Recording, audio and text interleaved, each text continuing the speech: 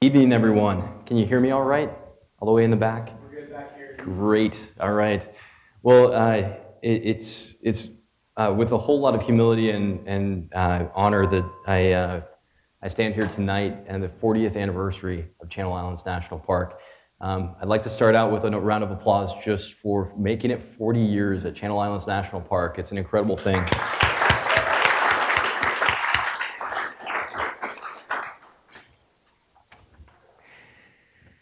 So I am Ethan McKinley. I have been here about a year in my permanent role as the superintendent of the national park. I have only 4 predecessors that I wrote earlier today over the 40 years of this national park. That should tell you something about this place. Average tenure for a superintendent is 3 to 5 years. Average here is 10. That means that there's something special here, in my opinion.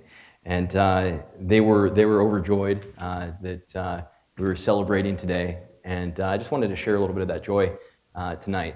We've spent the last few months kind of going over the park's history, what we've accomplished to date, where we've won, where we failed, and just how much progress we've made towards this never-ending goal of increased conservation here on the islands.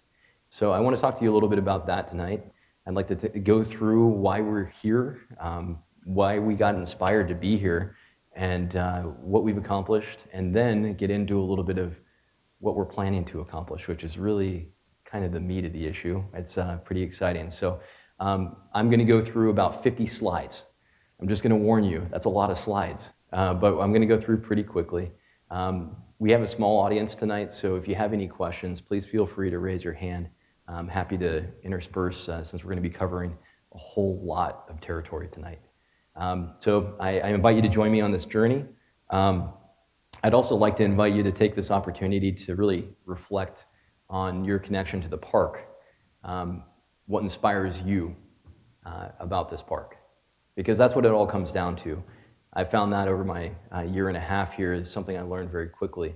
Is I was personally motivated to be here because I recreated here and I just love this place, but I really fallen in love with it, and I figured out what inspires me, and it's so many aspects of this park. It's the uninterrupted sunsets, it's the total pristine wilderness environment, it's the solitude, it's the sea kayaking when no one else is around. I like visitors too, but I like my own personal experience out there. That's what really gets to my heart. But I'd like you to think about what connects you to this place and what makes it so special. And I'm going to go ahead and walk through a few of the reasons you might be connected. So I'm going to talk a little bit about the park's significance. So we're celebrating 40 years this evening, but the park goes back much further than that in human history. We're not celebrating the 13,000 plus years of anthropological evidence we have on the islands, the thousands and thousands of years of Chumash culture, the hundreds of years of ranching culture, or the 400 plus years since Cabrillo first sailed by these islands. Tonight we're just celebrating our little piece of it, these 40 years, but I think you'll find in those 40 years that there's a lot to be proud of.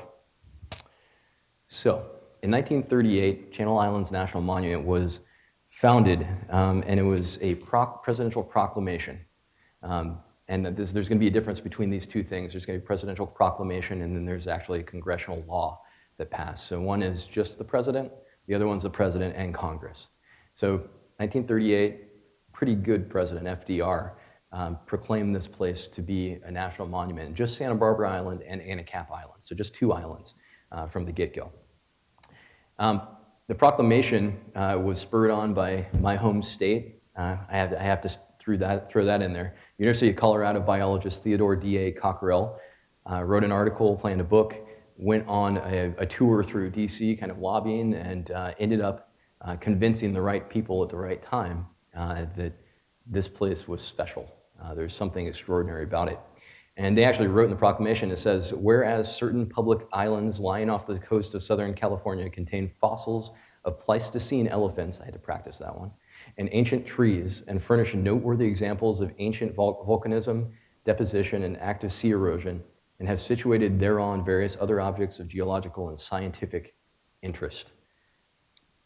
Written in 1930s English, so it's a little meaty, but from the beginning, those two islands contained so many of the values that would go on to expand the park onto all 5 islands. And it was evident immediately that this place was going to be set aside and managed by the National Park Service. So, getting on, we're going to fast forward. As California and the country, the state had a lot to do with it, but also at the time in 1980, in March 5th, 1980,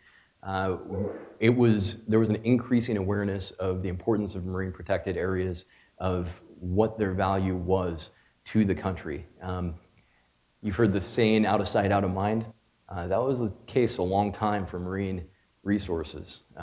We couldn't see them, so we didn't know if anything was wrong or whether or not they should be protected or if we really have much of an impact. And that ocean's so big anyways, what could us humans do to it? Well, we started to realize that maybe that was the wrong take. And so March 5th, 1980, we started to recognize the marine resources fully. Channel Islands National Park, after a decade of lobbying, was established. And it was the congressional boundary, and this is going to be another difference. The congressional boundary was drawn around 3 additional islands. So San Miguel Island, Santa Rosa Island, and Santa Cruz Island were then incorporated into the park, massively expanding the territory to 125,000 acres of sea and 125,000 acres of terrestrial habitat. So that congressional boundary thing is tricky because it means that these places are worth protecting, but it doesn't mean that you have purchased these places. It doesn't mean that the people that are there are going to sell them to you. It just means that they're special, and eventually the nation wants to set them aside and preserve them. So in 1980, what we said is, in order to protect the nationally significant nature, scenic, wildlife, marine, ecological, archaeological, cultural, and scientific values of the Channel Islands in the state of California, there's hereby established Channel Islands National Park. What made these islands special beyond the first 2 islands were a whole lot of words you heard in there that weren't included in the first. Scientific values. That's a unique one among national parks. There are very few that have that in their enabling legislation. To us, that means that these places are an outdoor classroom. They're a research laboratory, where they're there for us to constantly learn more about them and how to better preserve them. And I think this change in tack from understanding the geology and just the raw resources to actually appreciating the scientific value of the preservation of those resources is really where we found a lot of our identity as a park. They were, at the time and still today, referred to as America's Galapagos, or the Galapagos of North America. And I think that brings a pretty good image into people's head. You think of Darwin, you think of all the scientific research and evolution that went on. We have that here. We have the next generations of those research projects going on right now that help us to better understand what's happening in our waters and on land, how evolution's working, how endemic species come to be, and how they evolve. It's pretty amazing stuff. We also have 99% of the pelagic birds, so seabirds, of California rely on these islands for significant resources, 99%. We have over 100,000 seals and sea lions, otherwise known as pinnipeds, and over 26 species of marine mammals. It's also designated an international biosphere reserve. So I think what we found in 1980 is that we started to learn about the full appreciation of what these resources really were. And it was all the more magical because we had 20 million people within 100 miles of this place. Yet we had an international biosphere reserve, and this place was completely set aside for conservation. It's really something. So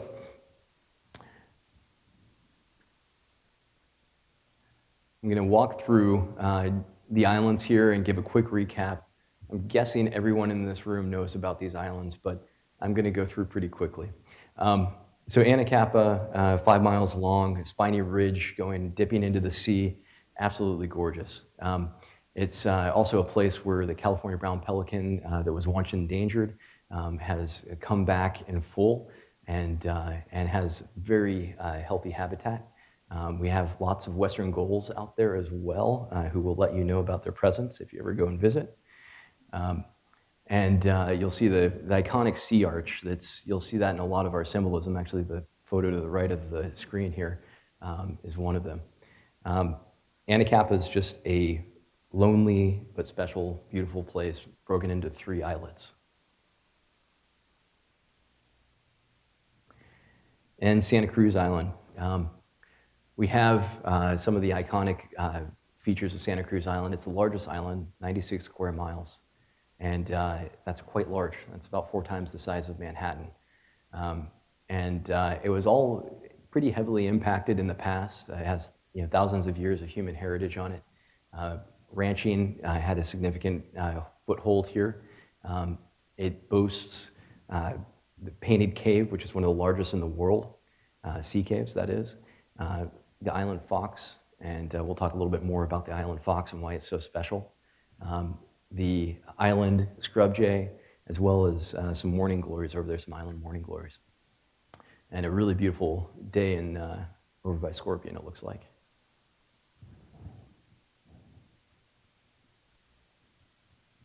Santa Rosa Island.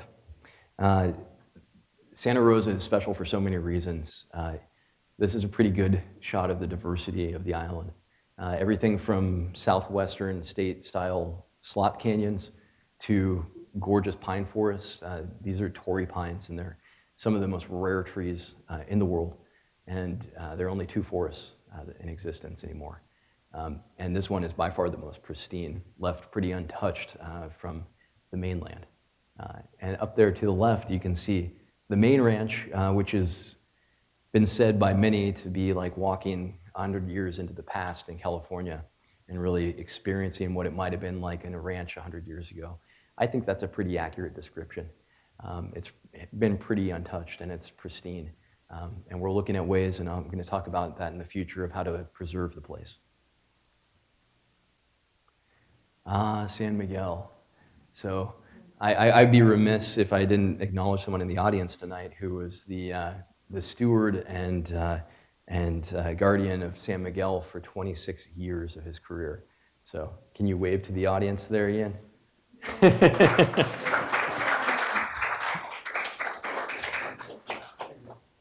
So I've got to be careful because he's going to fact check me. But the San Miguel is it's an easy place to fall in love with. It's lonely and remote, as Ian will tell you, but stunning, absolutely stunning.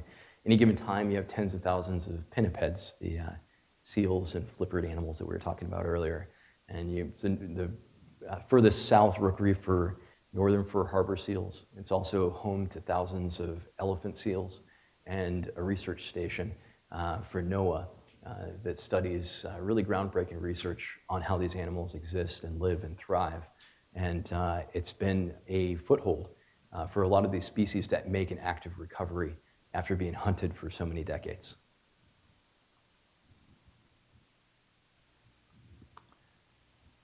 And then there's little Santa Barbara, often forgotten, very far to the south, and very difficult to get to. Our pier there was wiped out in around 2015 and 16, and its access is a little tough. You have to be a private boater and pretty risk acceptant, I will say it that way. So you have to skip up to a rock right now that's covered in sea lions and what sea lions do, and you have to jump from the skiff onto the rocks with no handholds, and then scurry up the rock and up to the stairs. So we're working on fixing that access point. That's part of our future plan. But right now, you would be rewarded with an unspoiled island, something that is going to be just you and an incredible place to explore. It's only 1 square mile, but in that square mile, we have an incredible mixture of endemic species. And the island night lizard is one of them. And it's just fascinating. If you look at the picture up here, it looks like somewhere in the Caribbean almost, doesn't it? The green water there. You can see the scuba divers or snorkelers hanging out. and probably some pinnipeds under the water there too. But it's paradise out there. It's really quite gorgeous, but it's all open ocean. It's a windswept and remote place. So that concludes our tour of the islands. Now I'm going to take you through a little bit of the history of the park. This picture's of our first superintendent. Don't worry, there won't be too many of them, as I mentioned. That's Bill Ehorn, who's still talked about as a legend around here. And he'll be here in a couple of weeks, actually, to come visit. He's now 80, so this is a little while ago.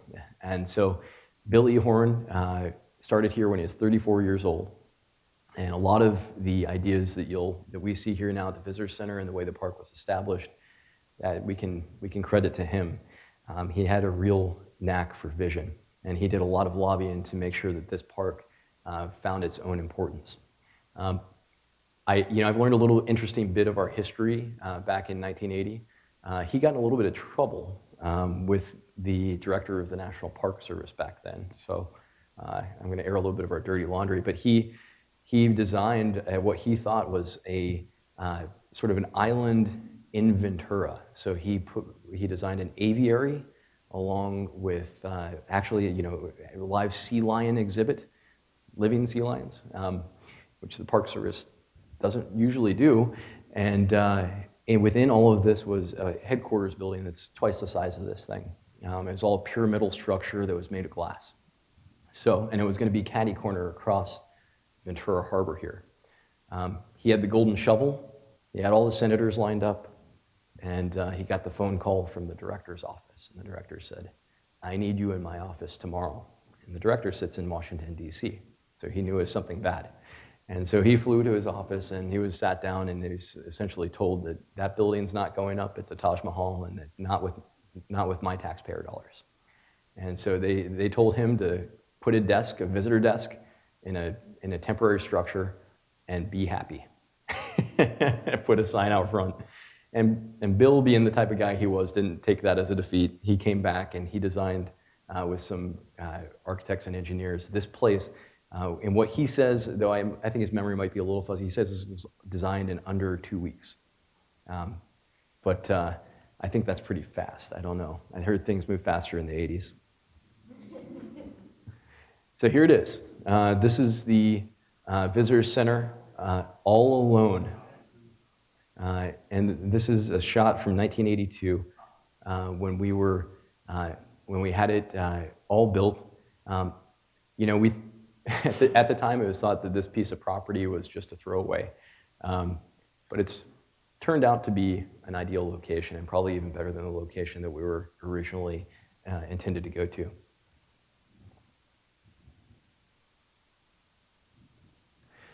"1985, I can tell you that the technology behind one of the programs I'm proudest of, which is Channel Islands Live, is very complicated. It involves live camera action, underwater cameras. Dean can tell you about it, one of our really great volunteers.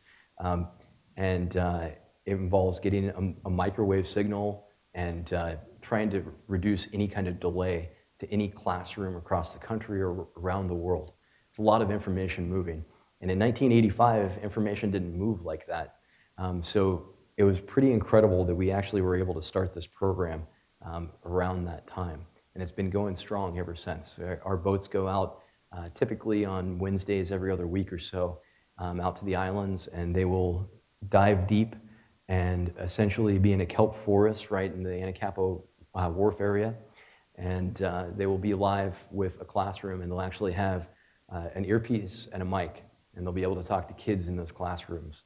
And if you ever get a chance to see this, I highly recommend it, because it absolutely blows kids' minds. Even today, when they're hooked up on their smartphones, this kind of thing, to be able to talk to an underwater scuba diver, is just cool stuff.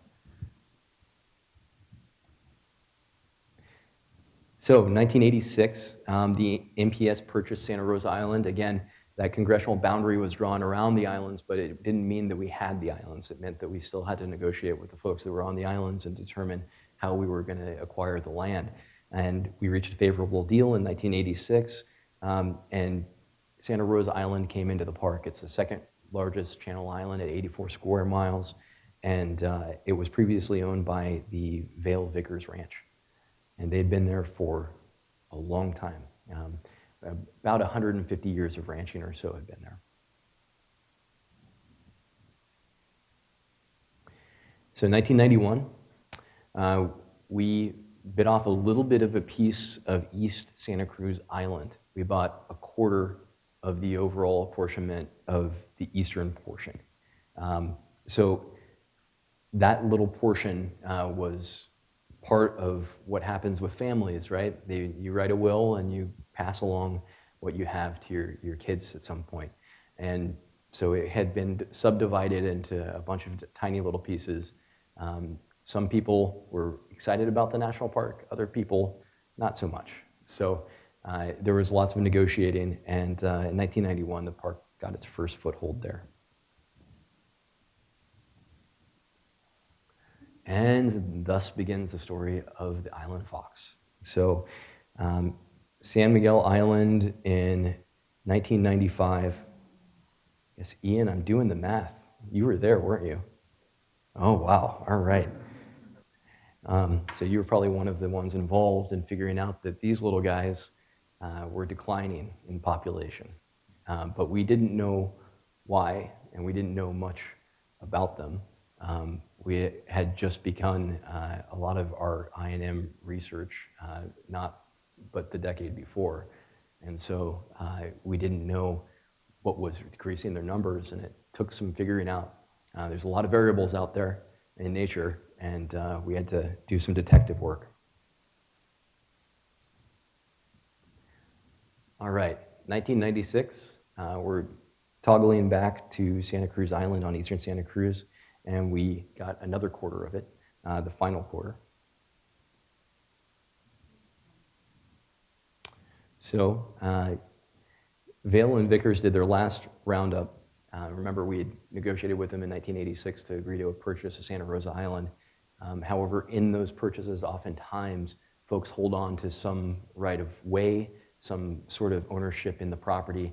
And here, we allowed them to continue ranching for a certain period of time, and we allowed them to live in the homes that they had owned for a long time for about 25 years. I think that Tim Vail left in 2011, so just recently. But this is the last cattle drive. Those aren't cattle. These ones are sheep, and these were live captured on Santa Cruz Island. They were what we call in the Park Service an invasive species, an exotic species. So exotic means not from here, and invasive means that they were there in lieu of native species thriving. So these guys were all rounded up. They were put onto boats, and they were shipped back to the mainland.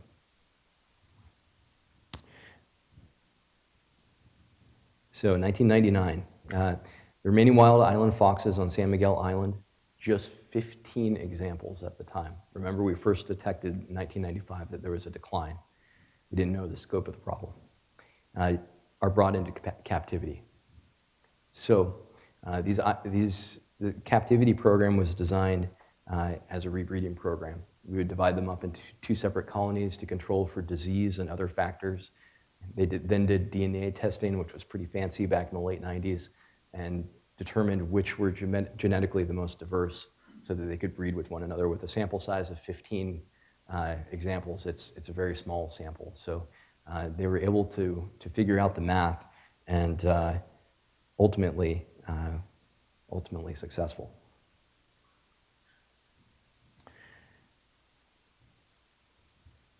And these are what the captive breeding pens look like.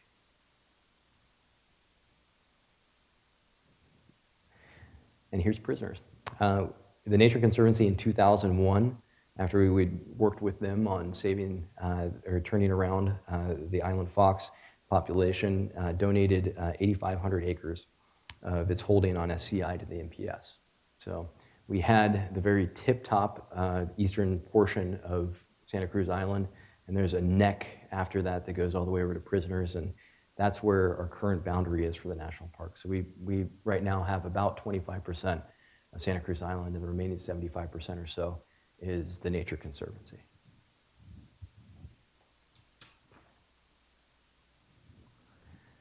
2001, this one's exciting. In 2001, the first TOML since the 1870s made its way across the ocean to Santa Cruz Island. This happens once a year to this day, and the program's actually expanding in cooperation between the National Park Service and NOAA, the National Oceanic and Atmospheric Agency, as well as the Chumash tribe. We have a very close relationship with the Chumash tribe. It's actually an intergovernmental relationship, which it's kind of an interesting dynamic, and it's thriving at this point. This year, in fact, we had not only the TOML cross because of weather, but it didn't matter because we had a great program behind it. They had a bear dance out at Scorpion Campground, and we actually allowed them with some long grass to build a sauna, a steam room. It's pretty amazing.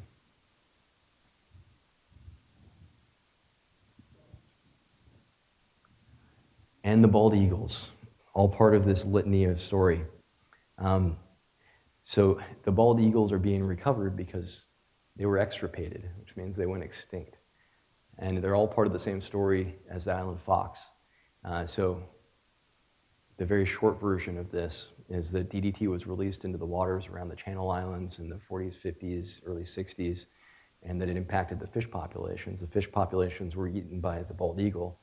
The bald eagle was interested in scaly things, and so it wasn't bothering the foxes. Fast forward a couple decades, and golden eagles move in to the islands, and they like furry things, and they moved in and started hunting the terrestrial species, including the feral pigs that were on the island at the time, and the island fox.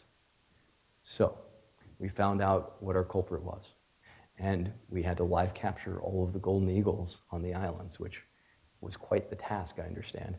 Ian, were you involved in that one? Okay, that's probably a wise move. Those talons are pretty big. So what we had to do is figure out how to stabilize the ecosystem. We had to figure out not only how to preserve the remaining island fox and rebreed them, but also how to reintroduce a balanced ecosystem that wouldn't result in them just going extinct or getting near to it again. And so the balance had to include bald eagles. So we captured the goldens, reintroduced the bald eagles, and we had our first chicks in 2002. Last count, I think this last spring, we had 23 successful pairs, breeding pairs. That's a big lobster. So in 2002 and 2003, we had a big project with the Jason Expedition and other organizations to reach over 1.6 million students through live satellite broadcasts from the islands and underwater. These distance learning programs called Channel Islands Live continue to reach millions. So just another example of the success of this program. This is something we don't normally do. This is pesticide being dropped from a helicopter. Not something you think of in a national park. But on these islands, invasive species can cause major damage very, very quickly, and they have to be stopped very, very quickly if you want to lessen that impact. So in this case, we had rats that were on Anacapa Island. And what those rats were doing were impacting a lot of the seabirds. So a choice had to be made between the success of native species, the seabirds, and the impacts of the rats. And so the decision was made by our biologists to eliminate the rats. Very controversial. There's actually some fiction books out there written about all the dramatic protests that went on and the arguments back and forth. All conservationists, but very much large disagreements between them.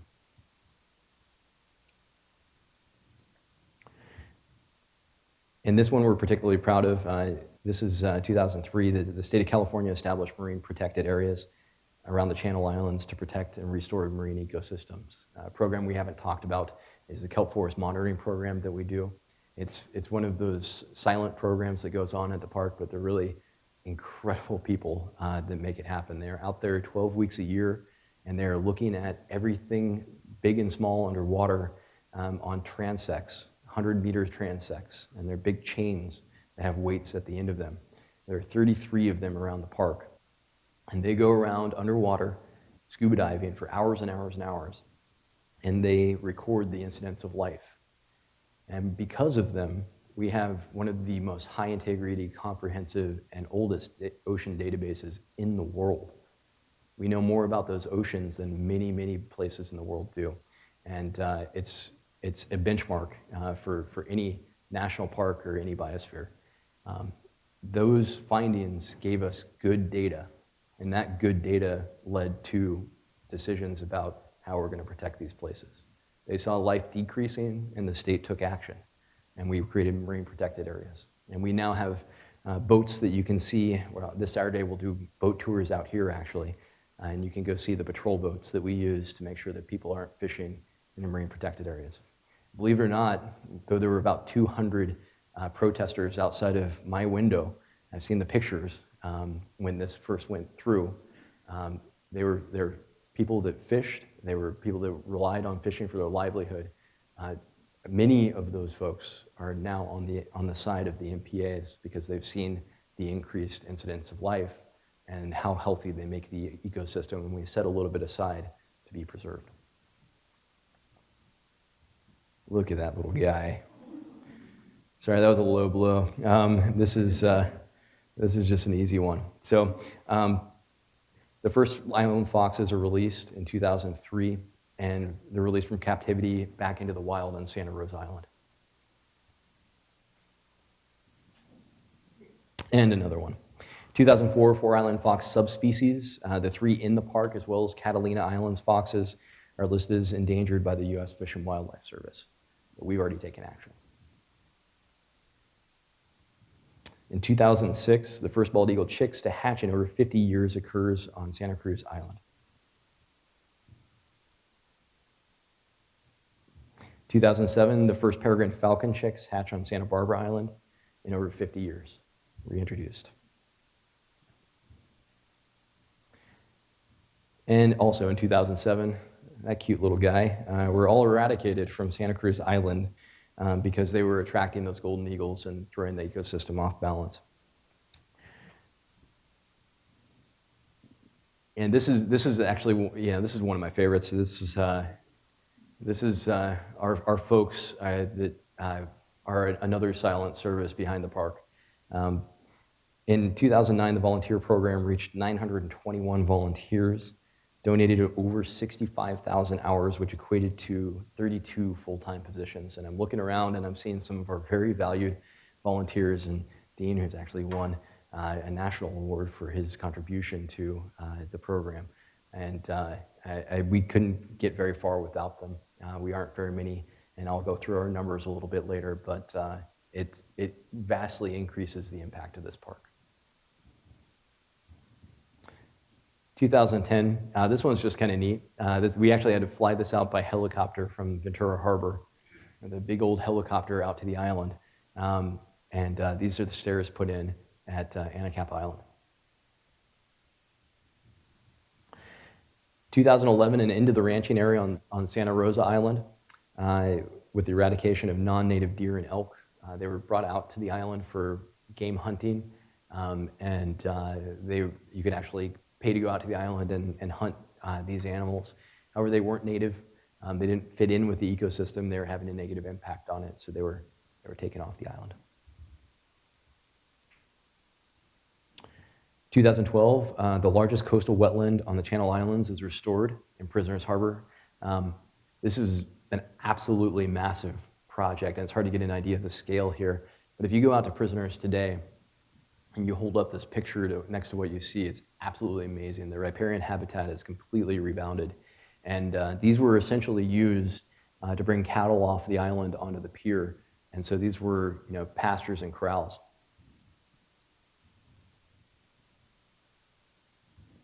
In 2014, California State University Channel Islands sets up a research station in the old vaqueros, which are the Mexican cowboys that worked on the islands. Their old bunkhouse.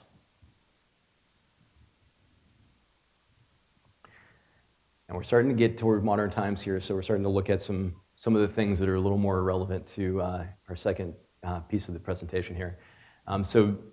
In 2015, we completed a 15-year process, 15 years to write a general management plan. There was a lot of debate, obviously. It took a long time. I've got it up here. If anybody wants a workout, you can pick it up. It's quite heavy. It has huge aspirations for this park, and it contains a lot of really great ideas. But it's a 40-year plan, and it costs about $80 million to implement it, of which we don't have any. So we are working piece by piece to accomplish some of the things in this that are achievable with our current resources. We are working, and we'll get into a little bit of these, but backcountry management plan recommended by this, the resource stewardship strategy, and the strategic plan are all things that are in the works right now. We are actively working on these. I'm working on those pretty much every day.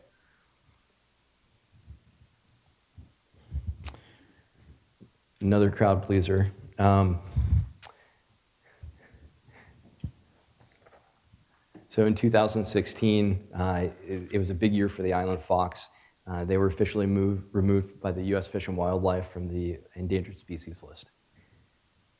That would mark the fastest endangered species recovery in history at Channel Islands National Park, right here in your backyard. 2017, a fossil of an extinct species of sea cow, I had to look up a picture, was discovered on Santa Rosa Island. Think of a massive manatee, way up on the mountains, above 1,000 feet actually. So ancient, quite ancient. 2018, began a new chapter with the National Park Service and the Chumash, where we had discovered a 10,000-year-old remain, traced it to the Chumash, which took about 10, 11 years to do. There's not much DNA left after 10,000 years. And it was, I think, the oldest connection between a modern-day tribe and an ancestor here in North America, at least. And we were able to create that link, and that's the only way that we can surrender the remains to a tribe. We have to prove that there's a connection and that this person was related to them. We reburied those remains out on San Miguel Island. We don't talk about those locations. It's sacred to the tribe. However, those remains are back at rest now.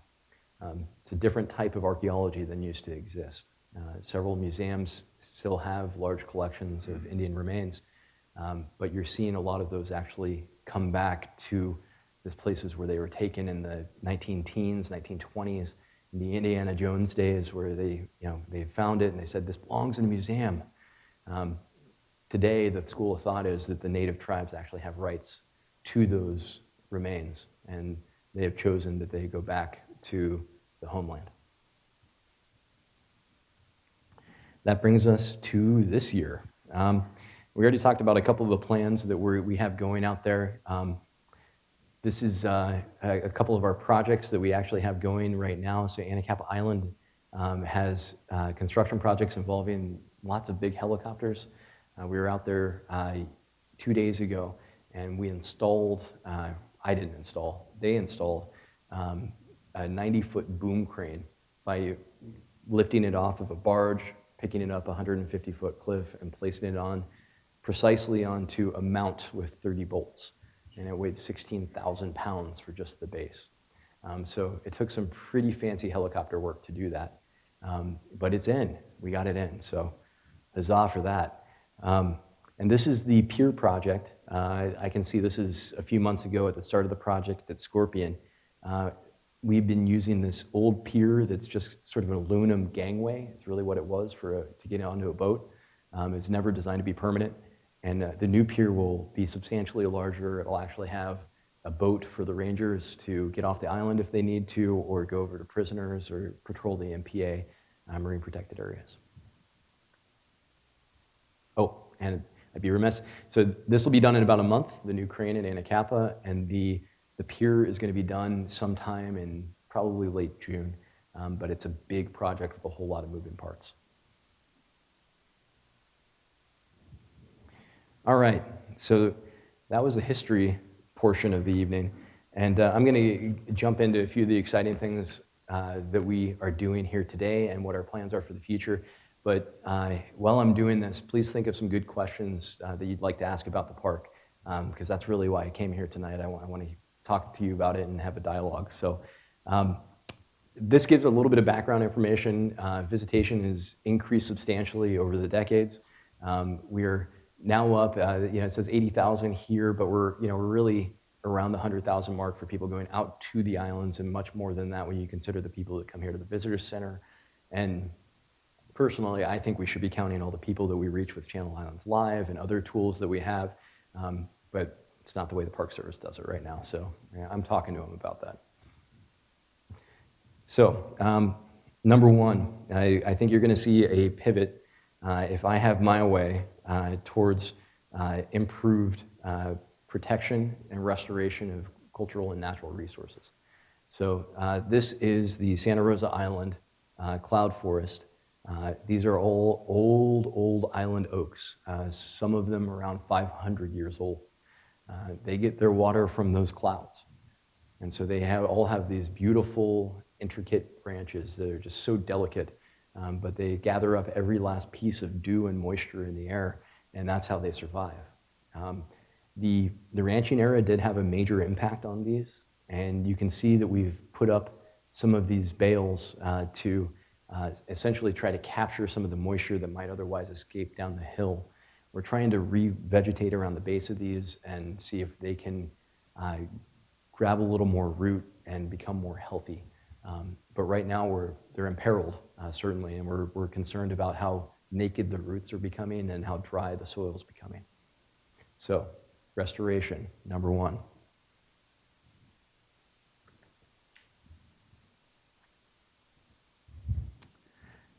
Number two is implementing and improving visitor services across the park.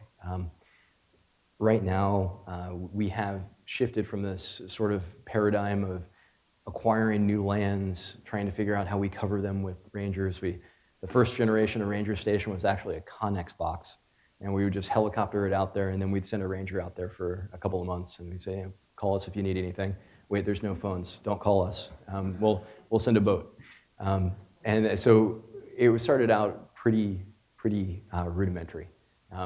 Where we are now, we have enough visitation that we really need to start taking care of our trails and the spaces and preserve our historic buildings where these folks are traveling to and appreciating. So there's a way for us to balance all of this out. You're going to see things coming out of the park in a couple of months, like the request for expressions of interest, which is essentially a document that goes out and asks for ideas on how we can take this ranch out on Santa Rosa Island and turn it into something that would be visitor facing. We have all these buildings that are out there and beautiful, and it's like going back 100 years, and we want that to stay, but we don't have a use for those buildings. And they'd make a great spot. This one is already restored as a B&B, but it's sitting there, locked, closed, and depreciating. So we would like to see people come out and take advantage of this, and so we're going to go out and try to get ideas to see if we can create a feasible business opportunity for a lodging operator to come out and run a very primitive, rustic sort of lodging arrangement. Think Phantom Ranch at the bottom of the Grand Canyon, something like that. And of course, we have to mention that a big part of what we do is already what we're doing. And so in the future years, we plan to maintain our inventory and monitoring program that's led to the successful recovery of the fox, that's created, it has some stake in creating the marine protected areas, that's done so well at standing vigilance over these islands and collecting this data and using it for good decision making at the management level. So it takes a lot of resources, but we're committed to continuing and seeing it through. We actually have a resource stewardship strategy, which is one of those documents that's being gone through right now, that's kind of setting the bar for the next 10 or 20 years of resource stewardship at the park. Monique. She's holding up Island of the Blue Dolphin. I recommend reading that, even if you're an adult. It's pretty good. Make you fall in love with the islands. But one of the things we would like to do is we would really like to see every child in the greater Los Angeles area exposed to the park. understanding the park, actually appreciating the park, and understanding the resource they have in their backyard. It's a big goal. It takes a whole lot of educational outreach for us. We're always going to be a limited entry park. We always have our visitor ceilings out on the islands, so we can't bring all of Los Angeles out to the islands, so we have to go to Los Angeles. So a lot of the Channel Islands Lives type programming, reaching out to schools, getting our rangers in classrooms, that's on the horizon for our future. So a little bit of background. You might ask, how are we going to do all of this? This is what we've got. Just to be fully transparent, we've got, so these are our permanent positions. The ranger hat represents a ranger. The boats represent, well, boats. There's 7 of them. We have a landing craft. That's how we get emergency vehicles out to the islands, or even if you have something break down, you have to send a landing craft out. It lands on the beach, kind of like Normandy style. It's a 1957 landing craft. You drive onto the landing craft, it comes back, they repair it, you take it back to the island once it's repaired. We have a crew and supply vessel, and we also have our dive boat that's critical to our underwater monitoring, and a whole lot of assets over there as well. Our budget for the year, we do pretty well by taxpayer dollar standards. We have about $7.5 million to run the whole operation, and that's leveraged at about double. So we tend to get project funds that about double that when we compete very successfully in writing for grants and that sort of thing. Okay. We're also planning to really, well, I'm going to go back to this one for a second. We're planning to really streamline our business services and processes. We have a whole lot of things to catch up on in this category to kind of align our organization to make sure that it's meeting our objectives. And that's a lot of the strategic planning that we're going to see. That's all back of the house stuff, but 40th anniversary, so I'm going to share it with you. One thing we're really planning to do is reinvigorate park partnerships as well. We have a slew of partners. We have tremendous volunteers. You can't talk about Channel Islands without mentioning Island Packers. They were out here serving the islands, taking people out on these incredible experiences and building up stewards well before the Park Service came around. So they are, as a national park, that is. So they're doing great work out there. Our partners on the islands, the Nature Conservancy, CSUCI, University of California, Santa Barbara, the National Marine Sanctuary. I could go on. Channel Islands Park Foundation, our friends group here, Western National Park Association, who runs our gift shop and supports the park. I'm not going to name all of them, but you get the idea. We have a lot of partners, and they provide tremendous value, and we're looking to kind of reboot that. So, in conclusion, I just wanted to thank each of you for being here, for taking interest in our park, for supporting it and being part of the community around these parks. You see us in uniforms, but that's only part of how this place runs. We owe it to our visitors, we owe it to our community, we owe it to our volunteers and our partners for this place being so successful as an experiment in conservation. And I want to thank you for your part in that, and just being here tonight and learning more about it tells me a lot about the crowd that's here. And I want to also thank those that came before us. We're standing on shoulders as far as the generations of stewards of these islands. I mean, you can look back to the Chumash that lived on these islands in perfect harmony for thousands of years. The ranchers that that took care of them as best they could, and the generations of Park Service stewards that have been here supporting the mission of this park for 40 years now. So I would like to thank them as well, and I think I will close there. I just wanted to mention that this is, in my eyes, being here for about a year and a half, I think we've got the crown jewel. I think this is the National Park Service's best park, and I'm not just saying that because I'm the superintendent. I'm absolutely in love with the place, but I think that we have a chance here to get essentially do Yosemite right. We have limited visitation. We're not going to get overcrowding. We have active investigation of all of the species and benchmarks out on the islands. We have the ability to restore ecosystems. it's stewardship like it's rarely ever done, and it's done well here. So thank you for being here tonight. We can take a little bit, another 10 minutes, 15 minutes, and do some Q&A. So please.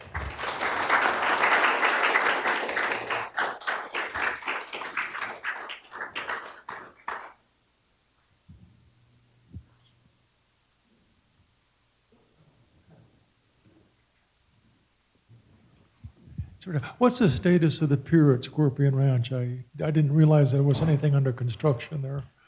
Yeah, so it's we're at bent number 12, I think, and bents are essentially the big pilings that go out into the ocean, and that's about 2/3 of the way there. I think there's, well, 3/4, so they're 15 or 16 total, and so they'll get those bents in, and then the whole superstructure needs to go onto it. My second part of the question is, will there be facilities for dinghies? I'm sorry, what's that? Will there be a dinghy dock associated with it? Yes. For private yes. boaters? That's right. And so it'll actually be a motorized dock that'll be self-leveling.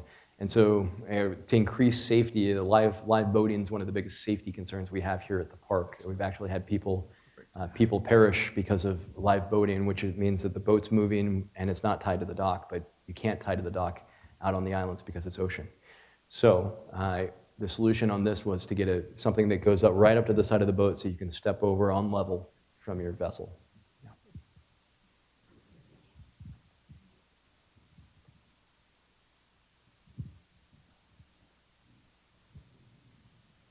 What about the status of this wonderful tide pool over here in the visitor center? Good question. Yeah, that one's going through some contracting difficulties right now. We had some subpar work done, and it cracked and leaked, and now we're going to have to put in some new cement, probably. So TBD. Yeah, unfortunately. We want our fish back.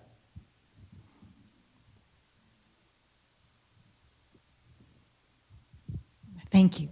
Ethan, you might remember me. I'm Carol Cantrell. I met with you and Cheryl Heitman for the Sister City Committee. Oh, that's right. And, yeah. yes. Sorry, I've got the light right in my eye. I Okay. didn't recognize you.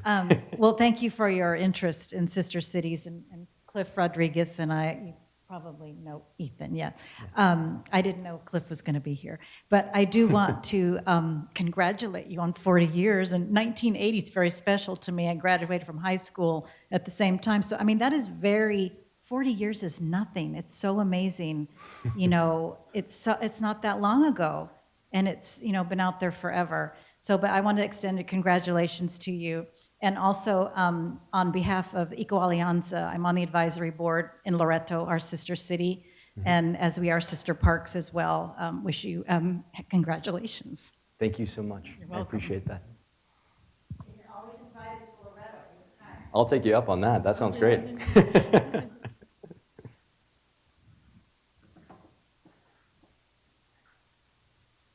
Any other questions? Well, if that's all. Oh, we've got one. Just a quick question. Where was that picture taken? This picture is from West Anacapa. So the place you typically visit on Anacapa is the Eastern Island. It's the only place we have a landing. But West Anacapa is a little more inaccessible. Frenchie's Cove on West Anacapa was actually the first location for visitors to go to in the National Monument, but is now closed off due to sensitive pelican habitat. We're actually looking into that right now, but I can't say much about it. I think there might be a window there. But it's about 900 feet up is how far that ridge goes. Yeah, you're not allowed to go up there. So. Yeah, well, unless you're a researcher with a camera. All right, any other questions? Well, thank you again for being here tonight. Thank you for being part of the 40th. One thing, sorry. So on Saturday from 9 to 4, we are doing an open house here. We'll have our rangers out there telling you more about what they do. They'll do a lot better job than I did. And the boats will be open. We'll actually have our captains doing tours of those. We'll be showing West of the West, which is a great movie about the Channel Islands. So come on, come all. We'd love to have you down there. But thank you for being part of it. You guys can clap now. Thank you.